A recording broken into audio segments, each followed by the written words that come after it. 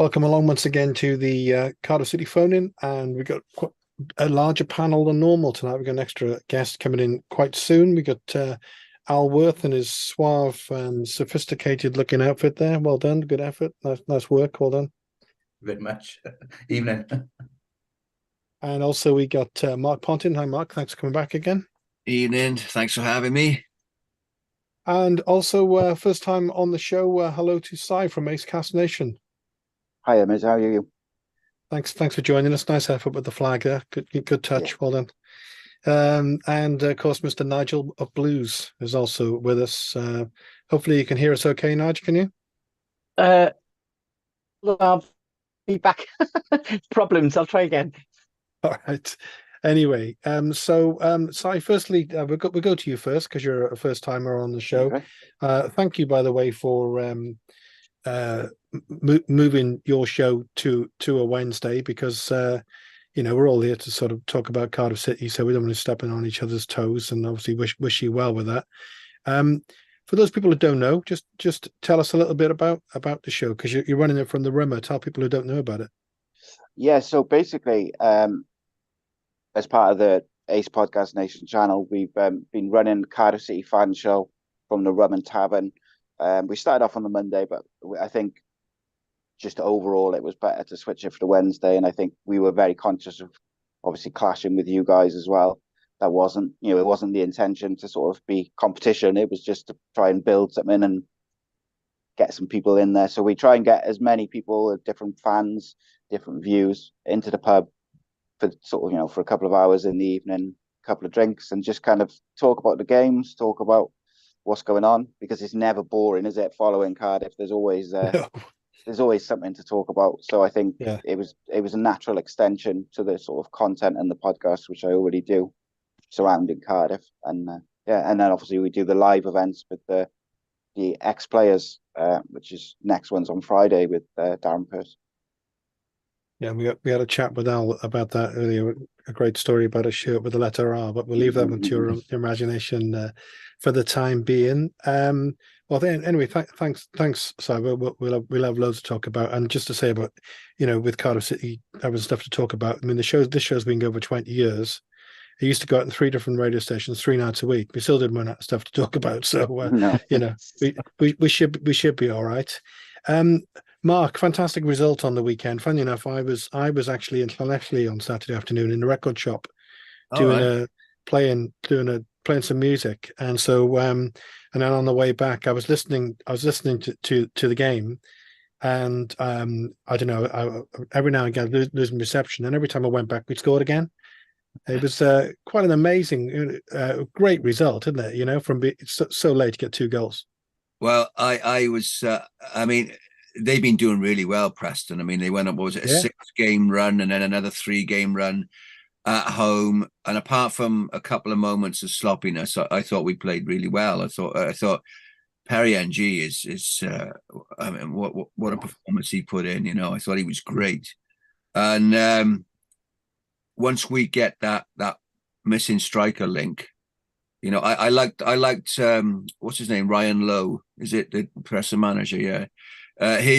You could tell by his humbleness that Cardiff City, they came and gave him a game, and you look at the stats, we would have beaten them with the kept 11 men. I think it's the number of shots we had compared to them, and I was really encouraged because I was quite worried about that game. I thought, Preston, away, it's going to be quite a difficult game. But the only thing I didn't like was Runnison coming so far out of his box. I don't know, call me old fashioned, but I don't like the goalkeeper to come that far out. And I'm pretty sure, even though McGuinness had made that error, I'm pretty sure had he not been so far out, he might have done a little better in covering that, because he kind of went back a little bit too far and left the goal a bit more open. And that was the only downside for me. There was a couple of stray passes and stuff like that, but I thought it was tremendous character to keep on going, and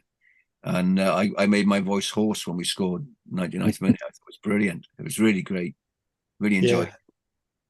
Nigel, I only picked up today on the thing with Jason Mohammed, because of course he was working for the BBC, where You know, and unless when I worked there, I wasn't very good at this, but they like their people to be neutral. That's And he changed. struggled a bit when the second one went in, I think, didn't he? Yeah. He couldn't avoid it on either goal. No, and he messaged me about that after because I was commenting about it. But yeah, it was a great win, and City did play really well. And for me, they possibly still, you could tell they're lacking on not having a striker. And you know, when we get keeper and whoever come in January, then we're a different proposition again. But that seemed to be the only thing that was holding us back. I wouldn't say that we were at our best, but we were certainly playing better than Preston. The longer the game went on, you just felt that it was going in our favour. But at half time, I thought, because we were lacking that cutting edge, I thought we were looking at a 0-0. And then, of course, we conceded that. It was a terrible goal conceded. And we'll talk about Renison a bit more later, I'm sure. But yeah, you're absolutely right. What we're saying, the character to do that. And I think I'd reached the point where I'd given up hope.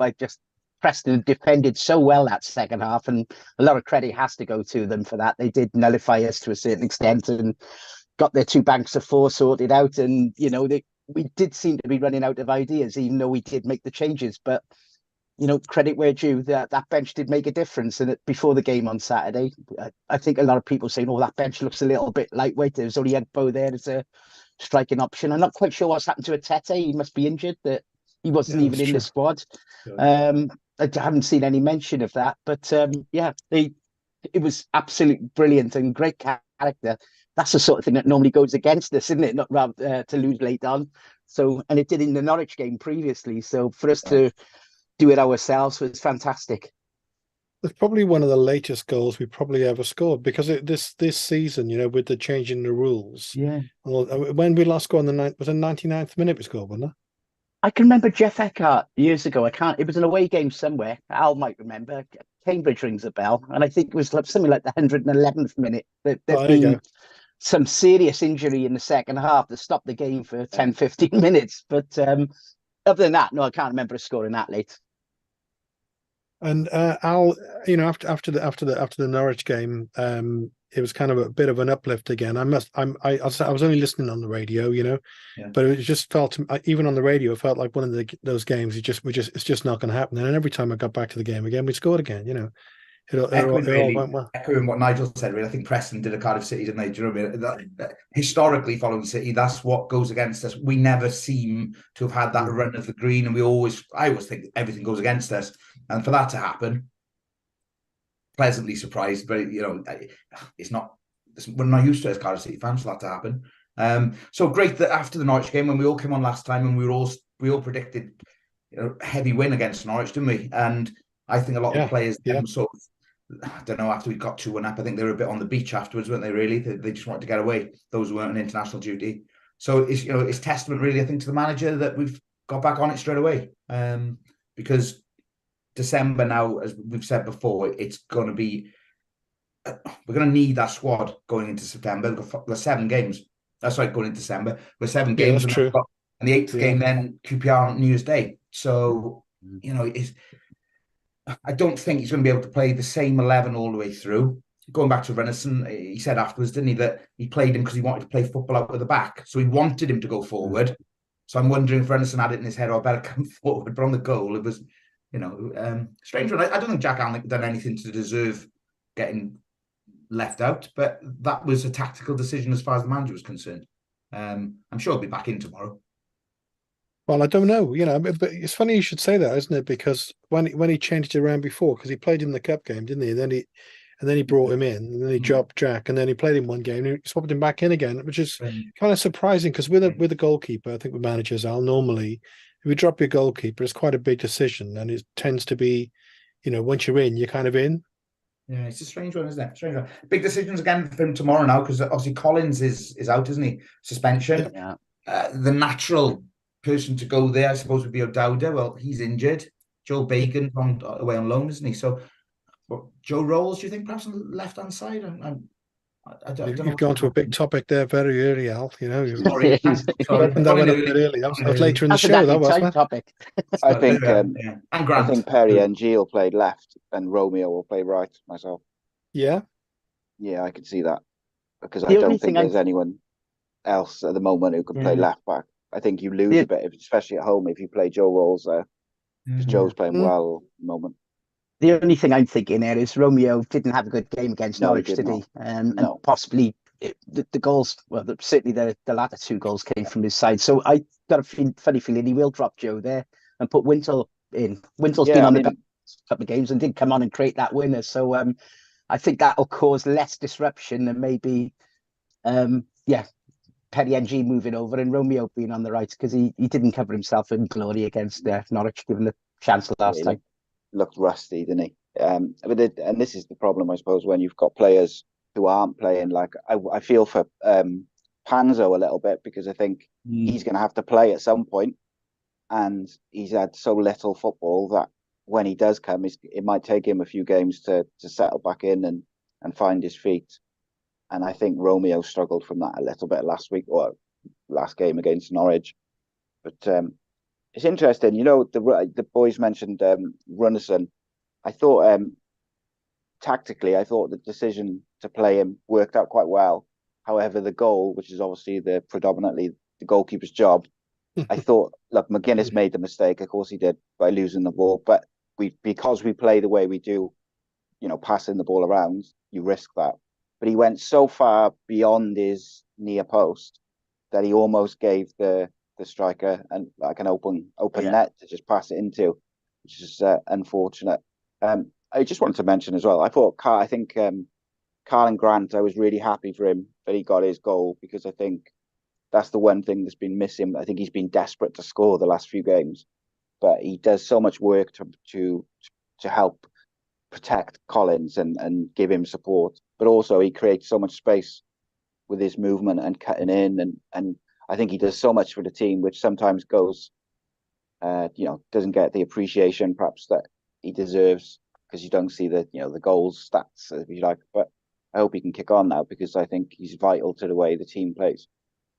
So that's interesting as well, isn't it, Mark? Because then, if Collins is out just for the one game, thankfully, and then you got Grant ahead of him, so it's that kind of a whole left flank which is having to reshape, isn't it? It's been working really well. Fair play down the left in particular. I think we also need to remember that I don't know if McGuinness will be fit either. So it may be a shuffle in the center of defence there. So I don't know whether he'll is Panzo left or right? Left, I think. Left, He's yeah. left. Left. Yeah, it's going to be interesting to see what he does. I'm glad it's a home game, and I'm glad we do have a fit Joe Rawls if we need him. But I think I agree with Nigel in what he's going to do there with the left back. I think the Runnison thing might be something to do with the fact that they might get a recall on him if we don't play him as well. He's on loan, isn't he? So maybe they think, hang on a sec, we got January coming back now, and maybe they'll want to send him to a different club where he's going to get minutes. So we might see more of him in December. You never know. But I'm just glad it's home tomorrow. I think if we've been at West Brom the way they're going at the moment, and struggling with a couple of niggles and suspensions, we might struggle a little bit. But I'm glad it's home. Nigel, Preston traditionally is almost one of our bogey clubs. We've had some nightmare days there, haven't we? So I wonder what that says. Yeah, it's one of those games. I never think they're great games. Either Preston and Cardiff, there always seem to be, there always seems to be a positive result in them. Very fewer draws. But go into Deepdale. We don't often get a result. I think we did win there 2 or 3 seasons ago. But it's one of those ones. And they've been in good form. But if anyone looked at top 6 side out of the two of us, I don't think it was a classic game at all. It was us. They've done really well to be up there, and they got a couple of decent players. But we looked a far more cohesive outfit than they did. So it's good signs there. As I say, we know they're lacking quality in 1 or 2 positions. And when we get to January, hopefully that will be addressed. But the important thing now, this month, there's a lot of games, as Al says, is that we pick up the points, that we are still in touch and distance, because it would be some accomplishment if we can be in and around the playoffs come the end of the season. Yeah, I agree. Yeah, I think we're all pleasantly surprised, even where we are, and because we lost the game against Norwich, and then we win a game, and we're right up there again. So it's nice to see. Al, any comments coming in? Yeah, there's a comment following on from what we were saying. Really, Jeff Hunter has said 3 games in 7 days against 3 of the top 6, and we already have 3 points. I think if we can get a couple of draws, we'll be in a good place for December. I mean, crikey, if we get something tomorrow night, Southampton away is going to be difficult. I think Russell Martin's got him playing now, isn't he? But West Brom, they've only won twice away this season, so they've been a bit free scoring. I get that, but I think we'll get something. I think we'll be all right. We're competing, aren't we? We're competing against these teams, and like Nigel just said, we're going to Preston, there and getting the better of them. Previously, we'd be going up to some in the top 6 and just hanging on. I get it that they're the man sent off, but it's just encouraging across the board. And I just think he's coming across so well in his press conferences and so on. I've heard people say this week, the most popular manager since Malky. He just seems to be saying that a lot of the right things, doesn't he? I'm a great fan, I'll say, as everyone else is, I imagine. But well, I don't know, Si, whether you saw there was a Facebook thing today talking about he's the best manager since Malky, and there was all kicking off then about people slacking off Malky, and then talking about other managers, and Warner comes up and all that stuff, and it's all there's kind of mixed feelings about Malky, aren't there? Really? Yeah, I think like with everything which happened as he went out, unfortunately, it takes away from what he accomplished on the pitch, and I think that's just the way of life. When something is controversial and not very pleasant happens, and someone leaves, people tend to remember that. But if you look at it from a purely footballing point of view, in the Premier League, he was never outside the relegation zone. We only went into the relegation zone after he left, and he took us up as champions. I think. Look, let's not sugarcoat it too much. Like that season where we went up as champions was not the best football to watch. But when you're winning, it doesn't matter. And I had a discussion with someone the other day about it. Like, if we were losing games that season, I think people would have got a bit more frustrated. But because it was like, a lot of 1-0s, 2-1s. And actually, much like now, our away performances were excellent last season. And I think that really took us on and gave us a basis, because we're always relatively difficult to beat at home. But I think, just very quickly, I think our away performances this year have been excellent. And I think we've actually been really unlucky in a couple of games, like the Leeds game and the Leicester game particularly spring to mind. I felt like we deserved a bit more from those games. And I think, again, on Saturday against Preston, I thought it was almost like a textbook away performance, keep it tight and then sort of push on and nick a goal. Obviously, the sending off changes it. I thought Jamalu Collins was a little bit fortunate to stay on the pitch, mind as well. Yeah, I was going to ask about that. Whether he should have been sent off, really, shouldn't he? Do you think? I mean, it's a bit silly. Yeah. It's a stupid thing to do, isn't it? It is. He just lost his head for a split second. It's a red card, isn't it? Like all day long. And Bobby Madley doesn't normally give Cardiff a great deal, so I was pleasantly surprised to see that it was only a yellow. But he was a lucky boy, gotta say. That's a funny thing, and if because he did that all bit, but they do all this business to each other, and which is stupid anyway, yeah. But so he gets sent off, and then Madley hates us, it's typical of him. And then we're all saying he didn't send him off. It probably wasn't sending off, So Madley's got nowhere to win there. But that was Chad Evans, of course, wasn't it? It was also had an interesting life, shall we say, along the way. Mark, I was pretty well flabbergasted, actually, just going back to the Runnison thing. I was pretty well flabbergasted that he was picked over Jack, because in the Norwich game, you could argue he could maybe let 3 goals in at home. We were winning. He could have played a bit better, but it certainly wasn't. I don't think it was a dropping performance, and he's been playing so well. And if Runnison's one of these people who likes to play like an all-sop kind of goalie Wen figure, and you said call yourself old-fashioned. I'm with you, man. I'm in the old-fashioned. I like my goalkeepers to catch the ball and make a few saves. Well, I look young, but I'm old enough to remember Ron Healy and people like that. And if they'd done that, there would have been audible gasps going along the stadium, and it just doesn't feel. It always feels unsafe and you've got to have a lot of confidence in yourself and your teammates to come that far out. And what it does, it spurs the crowd on. If Preston or any other team gets possession and he's where he was, not far off the centre circle at one point, the crowd leaps up, and one good player with a one good lob, and that's it. It's a goal, and basically the goal. I think you can put a lot of the blame at his feet or lack of feet. He was rushing back. He went too far, and it was an easy goal to score. It wasn't what he should have done. And I know it's more of a modern thing and all that, and but it doesn't make me feel. I hated it when Allsop did it, and I was glad when he left for Hull. But I don't see what Anik's done wrong, really. Maybe like I said, it may be a slight nod towards the fact that they're worried about him getting recalled because he's not getting any minutes. Runnison, so maybe they're thinking they've got one. We might as well give him a couple of games in December. I can't see what benefit playing out from the back would have done away to Preston anyway. It's quite a risky strategy to do away from home. I think. But potentially, I don't know what the contract is with the loan there, but maybe they're just worried. They're looking at the January transfer window, thinking we need a striker, we need left back cover, we potentially need centre defence cover. We don't want to be looking for a goalkeeper as well. You know what I mean? Maybe they're thinking like that. But it was an interesting a decision, and let's see what happens tomorrow. Now, see if he reverts back or if Runnison gets a run. It's. But it would be kind of mad to revert back, wouldn't it, after one game? Going back to what I said earlier, I think just about any other player on the pitch, pretty well. I'd say any other player on the pitch, you can drop and bring someone else in. Goalkeeper, we can change a goalkeeper. I think it's quite a big decision.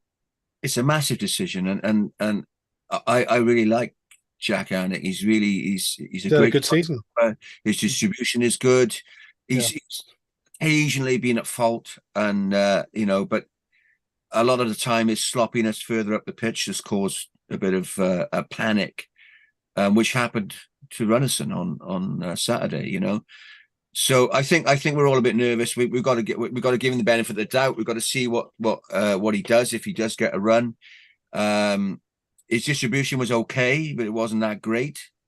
We'll see. I think it's going to be a tougher test for a goalie tomorrow than it was on Saturday. So we'll see. We'll have to see.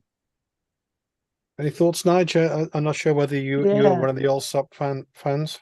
Oh no, I was very happy that Hull got him, but he's having a good season there. In fairness to him, but with Runnison, they dropped Alnwick at Ipswich, didn't they? And then Runnison didn't have a great game there, and I think they dropped him immediately after that. Yeah, in and out. Yeah. And there's a good chance that could happen again tomorrow because his positioning for that goal. Well, it was a comedy goal really that we conceded, but he had no idea where he was, and the Preston guy was just slotting the ball into an empty net. But apart from that, he didn't really fill me with confidence He stood on the line on the corners. He did come out and catch a couple of balls late on, which was great to see. But he didn't seem to have the same understanding with Gutas and the centre half that Alnwick does. And I hear Bullet today say that he dropped him because he felt that Alnwick's got Runnison's got good distribution. I can't say I really saw that on Saturday either. And I don't know about the other guys. I thought he looked quite small in goals. With Alnwick, he's not huge, is he? He looked a small goalkeeper. So there is a question in January because I think he's probably on the top wage there. He's on 15k, which is a lot for someone who's just sitting on the bench. But also, you don't want to play him if he's not really performing up to the levels you should be getting for an international goalkeeper from a Premier League club. So, maybe there is a question: do we send him back in January if that option's on the table for someone who might be cheaper and could be better, So it might be something to look at, but he needs to prove himself when he gets those opportunities. And I would be a little bit concerned if he's in goals again tomorrow because he didn't fill me with confidence on Saturday.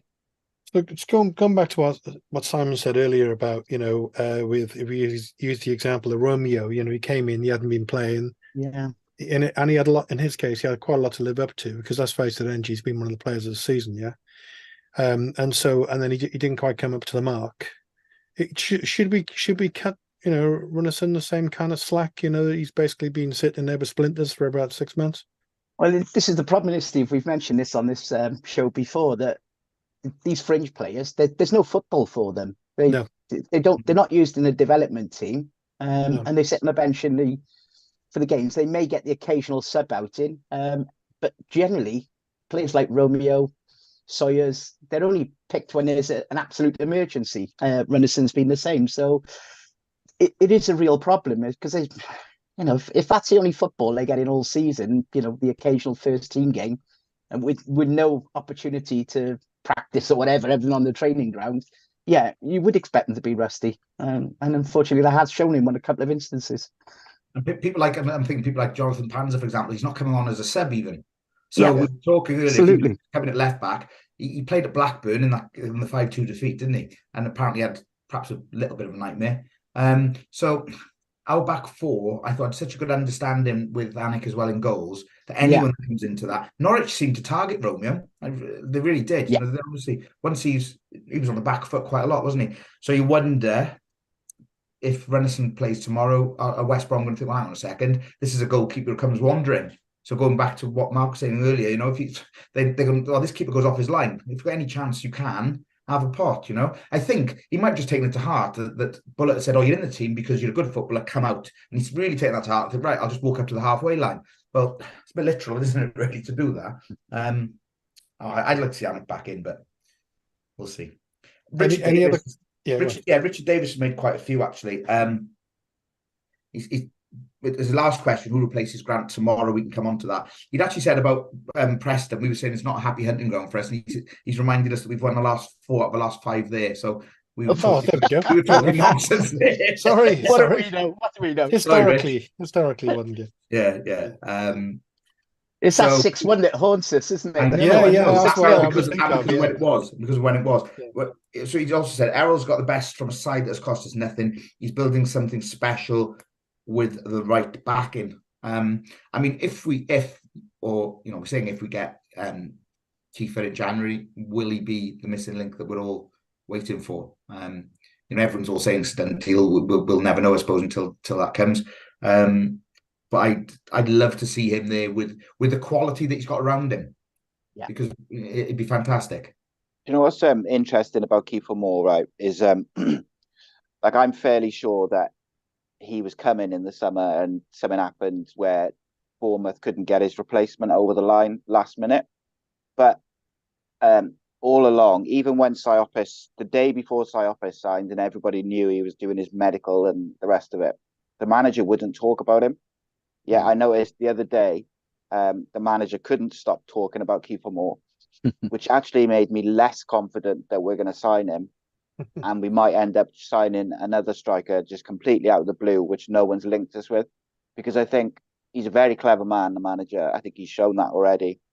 And normally the answer is, I won't talk about other teams' players. So to see him do almost like 20 minutes talking about Kiefer Moore was interesting to me. Because I was convinced he was coming in January.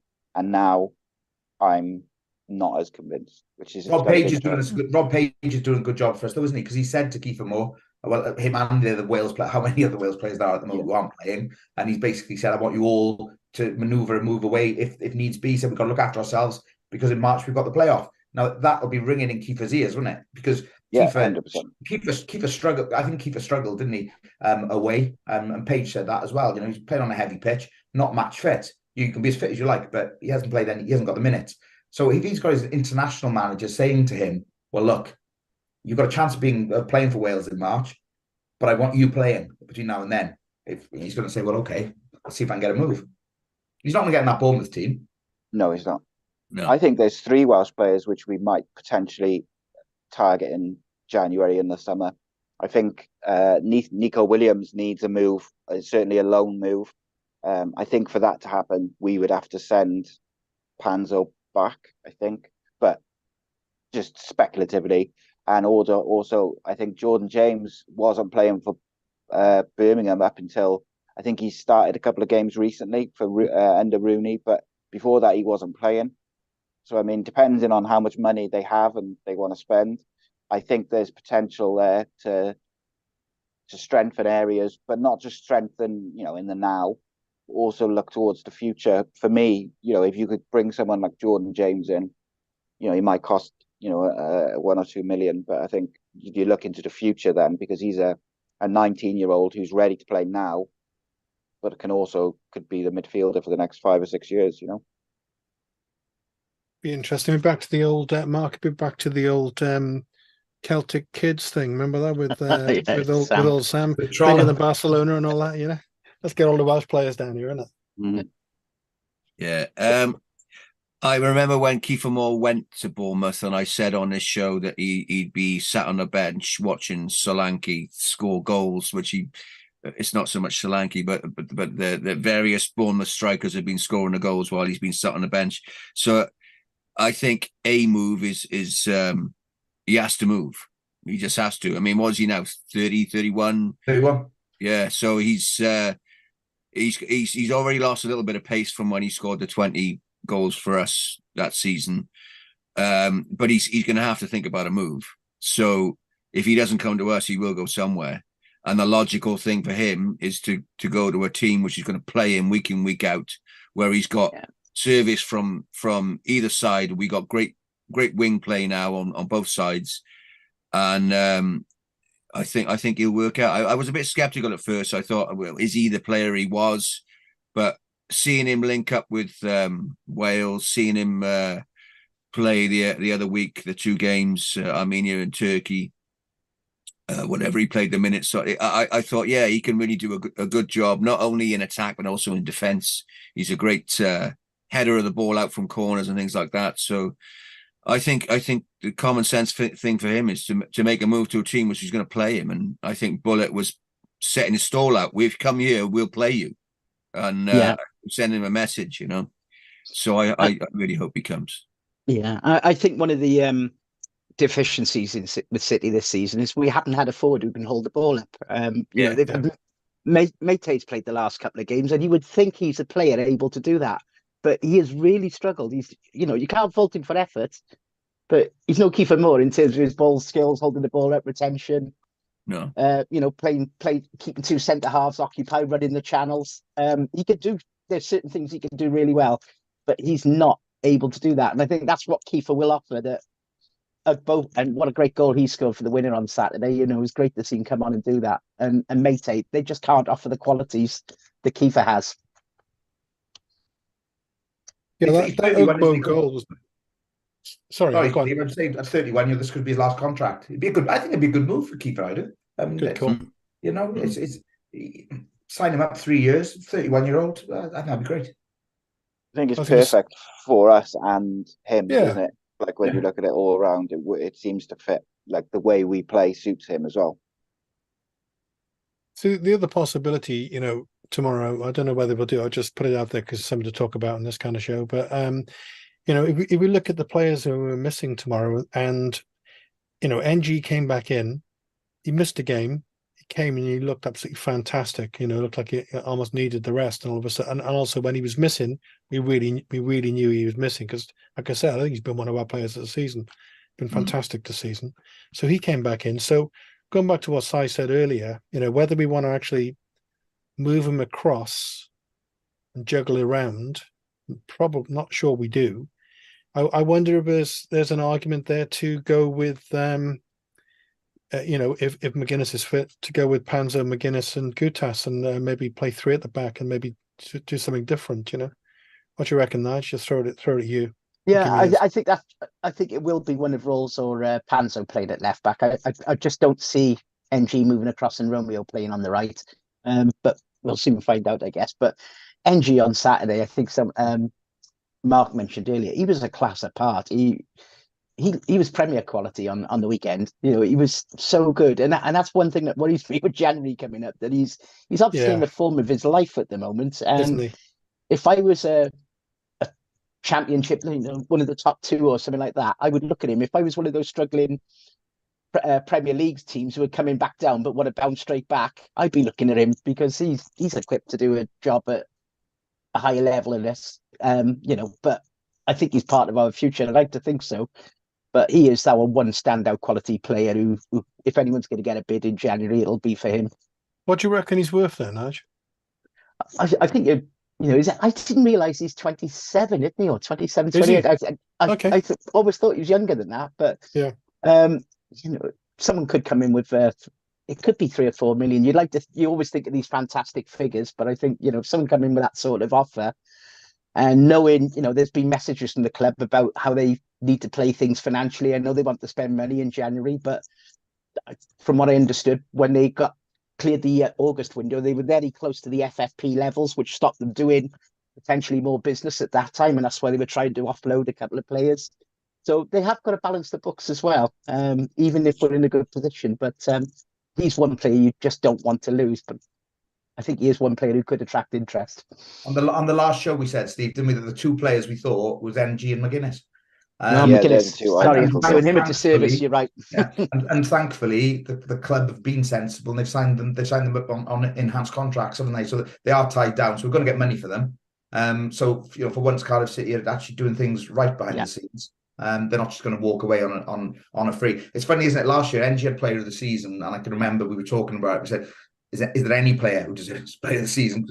It was Dyer. But very often, if a player's a Player of the Season, doesn't do so well the season after. But he seems to have really kicked on. His performances. Yeah. He's one of the best footballers in that team, and to play where he does as well is fantastic. We've had a couple of more messages with regards to changes for tomorrow. Steve Thomas has made a really good shot, I think. Could Bowler come across and cover for Grant? And then I'm thinking that. And then Tanner would start on the right. Yeah, that's what I was going to say. Yeah, so it's a good shout. Chris Hughes Jones Wintle in for Psyopsis tomorrow. Richard Davis, don't forget NG can play in goals too. He did catch the ball, didn't he? Yeah, it's an interesting. I think it was you, Si, who mentioned that earlier, wasn't it, about the Colin Grant thing? It is a bit of a quandary if you think about it. If him and Collins, like I said earlier, the whole kind of left axis changing. I think Bowler's the only one I can really think across. I was thinking the same as Steve. Tanner down the right, really. Well, with no doubt, it sort of takes away that the natural backup left-sided option. I'd probably go with Bowler, and it's particularly because it's a home game. I'd go with Bobby Bowler and Tanner on the right. It's kind of interesting because he did go to 3 at the back in one of the League Cup games, and it worked pretty well. And I think this is going back to Perry NG very quickly. This is why I think clubs will come in for him, is because he's shown that he can play in a 3 as a centre back. He's shown that he can be a traditional fullback and kind of overlap, but he's also shown that he can do this very modernized and popular sort of inverted fullback where he slots in alongside the holding midfielders and plays good football and keeps the ball. Unfortunately for Cardiff, that means that it makes him very attractive to the likes of Burnley and people like that. I think if it was up to me, he'd be the one player who I would deem unsellable no matter the price. I think he's a future captain, and I think I wouldn't sell NG under any circumstances. It'd be nice to get O'Dowda back at some point, Yeah, he's not far off, apparently. I think Grant is going to be a big miss, I got to say. Because I think like I said earlier, I think he does so much off the ball, defensively and offensively. I think he creates so much space for, the likes of Robinson and the striker, and for Collins to get up forward. And it's going to be interesting because Bowler's, if it is Bowler who plays left, Bowler's natural inkling is to cut inside from the right. So, it's going to be a very interesting team selection tomorrow. It is, because I'm not saying we'll do it, but if we did go 3-5-2 or whatever it was, then where does NG play? And he's playing. We're all saying how well he's playing, so that's kind of interesting. I suppose you could even play as part of that 3, couldn't he? Al, I suppose at the back, Or you could play as the right side wing back, I suppose, as well. Do you know what's interesting, which just sprung to mind, Steve? Sorry to interrupt.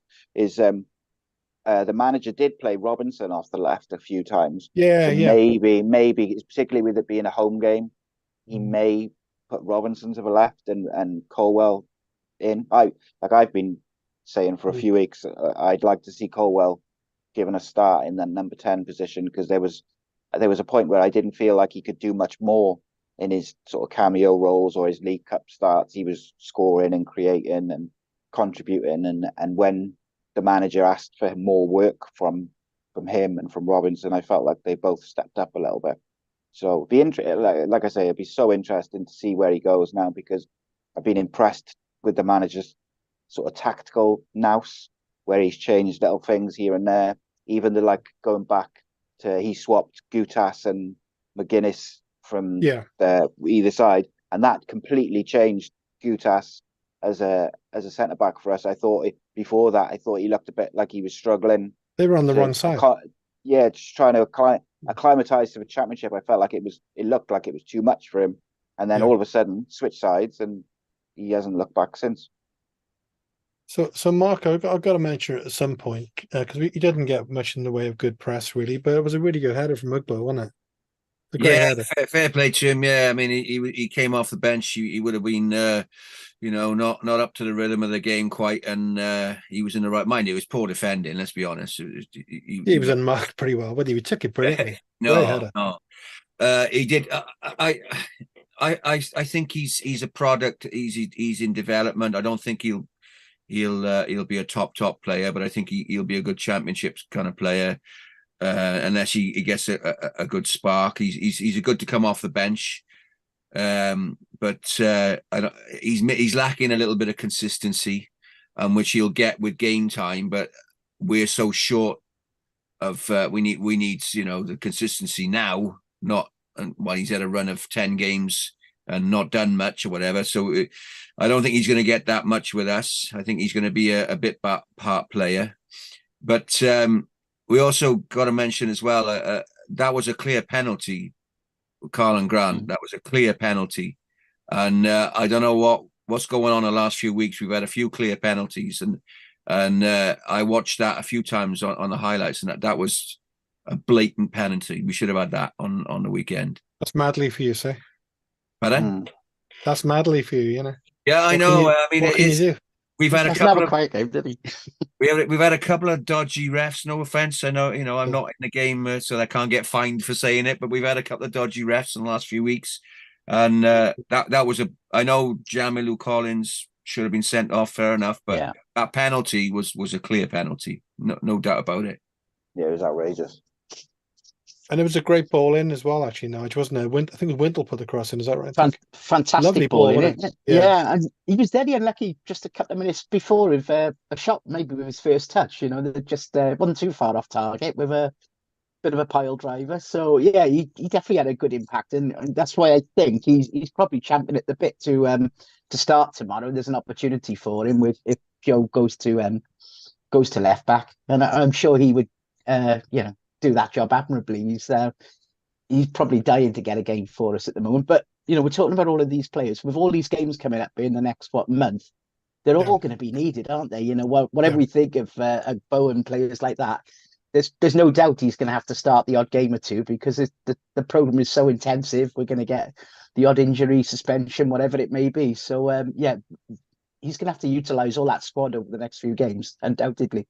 I think his man management, Steve. I think his man management's been pretty good to keep all these players happy. Yeah, I think so. I mean, they seem, when all right, everyone's going to be happy at the last minute goal, aren't they? But the togetherness, I thought, was when we scored. It seemed like they were all mates. It was just great to see. And people like Wintle, Colwell, when they're coming on, they seem part of the team. And like Nige just said, with all of these games coming thick and fast, they've all got to be ready. We haven't got time now for people to throw the toys out the cock because they're not getting picked. They've got to be there and ready to do a job. It'd be interesting times.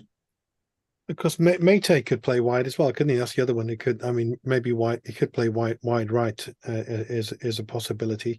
But I think what was interesting again, talking about good man management, Al, was Ugbo gets the goal. He played a little bit towards the end, took a ball great. A great, lovely header, and then straight away, our old brother saying, he could be the man for us. He could score lots of goals. He's really good at bigging him up, isn't he?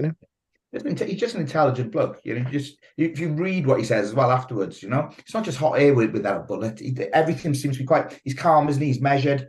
He'll give him, after the Norwich game, he probably, he didn't single out a player, but he did say, well, those who came on. So there we go. He was on a little bit of a go.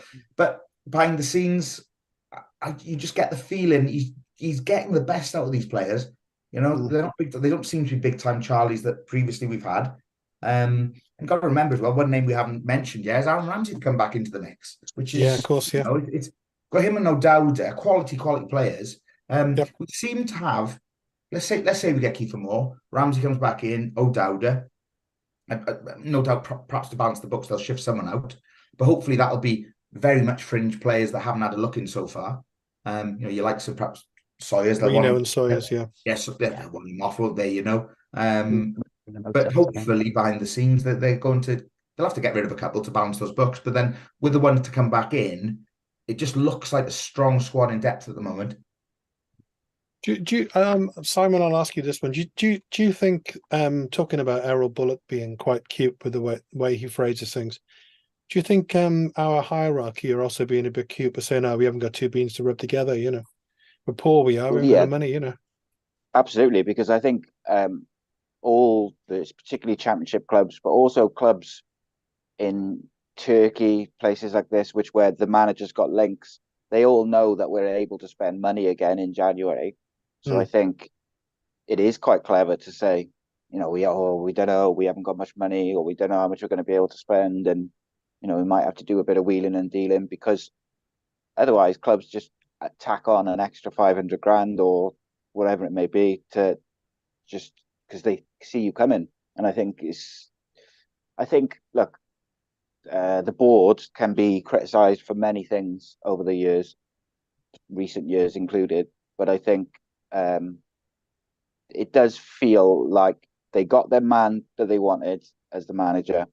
It feels like everybody is pulling in the same direction at the moment, and I think where we've all criticised them in the past, you've also got to give them credit that they seem to have got the right man, and hopefully they'll back him as best they can in January and then the summer with players in, but also players out as well.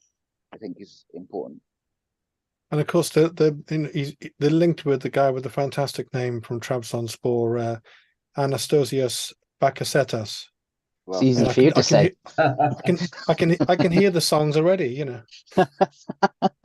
But they're playing that one down as well, aren't they? And he's done so well, hasn't he? He's brought in. It's quite funny, really, Simon. He's Turkish manager, and he's brought in two great Greek players. It's kind of ironic in a way. And there's another one he's linked to. But do you think that's another one where they're being a bit cute, or do you think there's any possibility of that, or is that just honestly we can't afford him? Yeah, I mean, I believe he's the captain, isn't he, of the Turkish captain? And I think if you look at the way Siopis ended up coming here, like with it, I think they sort of ended up cancelling his contract, and there was a bit of an agreement sort of behind the scenes. I get the impression that it'll be a similar situation, which very much comes down to, number one, the player wanting to come, and then it comes down to him going about it the right way with the club he's at now, and them enabling the deal to happen in some way, assuming it's a similar situation. But it does seem like it, from the outside, it seems like it could be quite complex, but I get the impression that this one has been, at the very least, discussed for a while. Yeah, for quite a while. Been moving behind the scenes. So you'd like to think that maybe Cardiff, for once, are not going to, hit the 1st of January and go, right, who should we sign? And it feels like they're actually already in the process of, making a few deals happen. Because sometimes it does feel like, the window's open now. Right, where should we go? What should we do? Whereas, like I said, it feels like everyone's pulling in the same direction at the moment, which is, to me at least, is a refreshing change. And Mark, how much? Sorry, I was going to say, it just feels like Bullet has made the club more professional, doesn't it? Although he's got that good outlook. I think he's just driving standards. He wants high standards on the pitch. He wants high standards in the club. He's obviously because he's got Delman there, who's thankfully invested in the club again, because he seemed to be switched off to it the last year or so. I think it's a combination of all those things, but central to it is Bullet. So, because I was going to ask Mark a similar thing that, or to what you just said there, Nigel. I was going to say that Mark was going back to what Nigel just said. Really, the players that have come in. If we look at, particularly, Siopis, who's basically left the club to come, to be with Bullet. It's the personality of the manager as well, isn't it? That people want to work with him, don't they? They do, and I think the board got it right, and they've got to get it right again. If they don't back him in January, somebody like Luton Town is bottom of the Premier League, and we are fourth in, say, late Feb. They could come in and take Bullet. He's here in Britain to play in this league to prove himself, and you can tell by the respect he's getting from all the other managers and coaches. You can tell by the way he's come in and he's had a look at the squad and he's gone, Ojo out, and he's really been pretty ruthless in getting rid of what we would have had to put up with if he wasn't there, and he's molded a team out of straw, basically, just getting in freebies and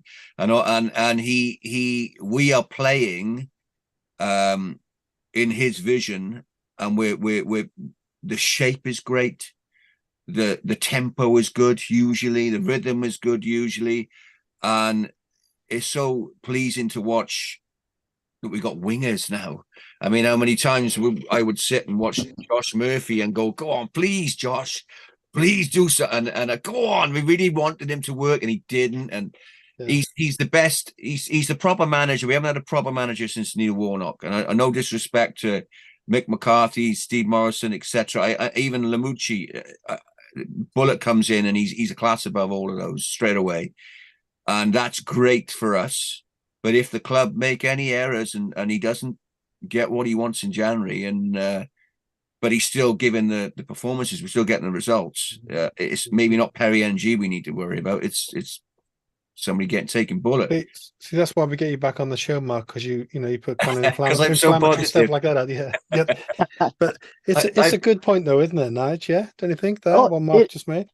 Yeah, absolutely. And one thing we got to remember is Bullet is out of contract next summer. Exactly. And it surprises me to a certain extent that they put all these players on extended contracts, and obviously they're planning ahead in January, but they haven't tied the manager down yet. Now, hopefully those talks are going on and everything will sort itself out soon. But you would think, for the good stability of the club and questions being asked about Bullet, like we're talking about now in the second half of the season, if there's no news of a contract, could be a topic that sort of dominates feelings about the club and whatever. So I think they do need to try and sort out something with him fairly soon.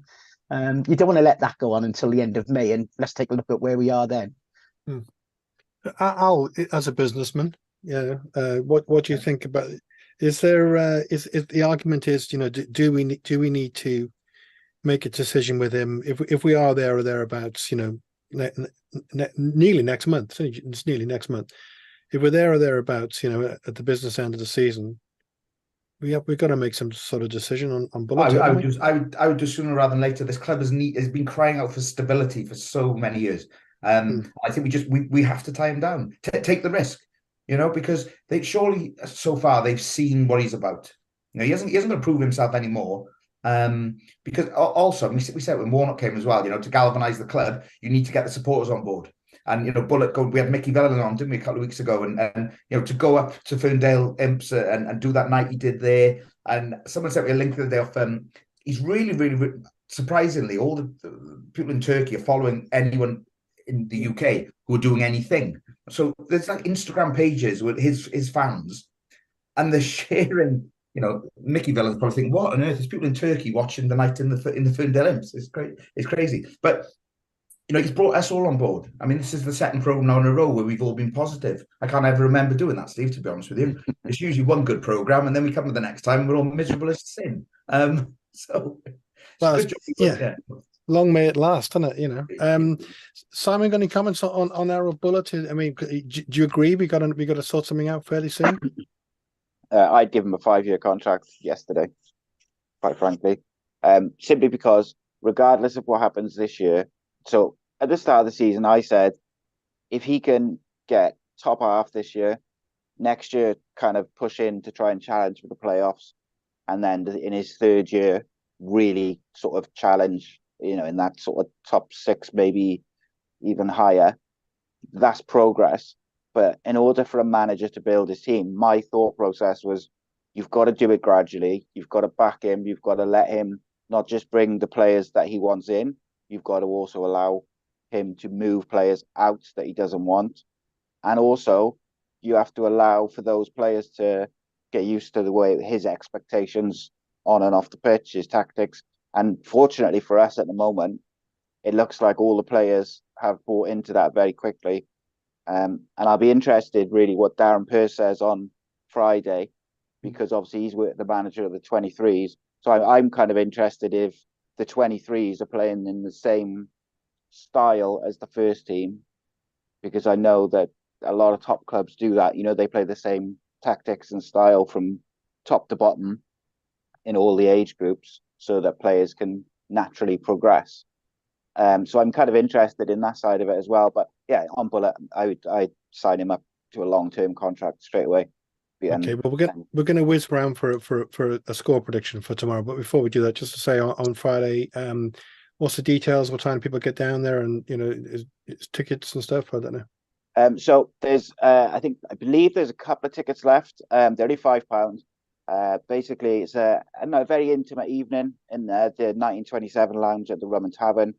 Doors open at 7, where you have sort of half hour. It should open at 7:27, may I say? Yeah, be nice, but yeah, we kind of all just mingle around, and people can have photos with Darren and chat to him and stuff for that sort of half-hour period.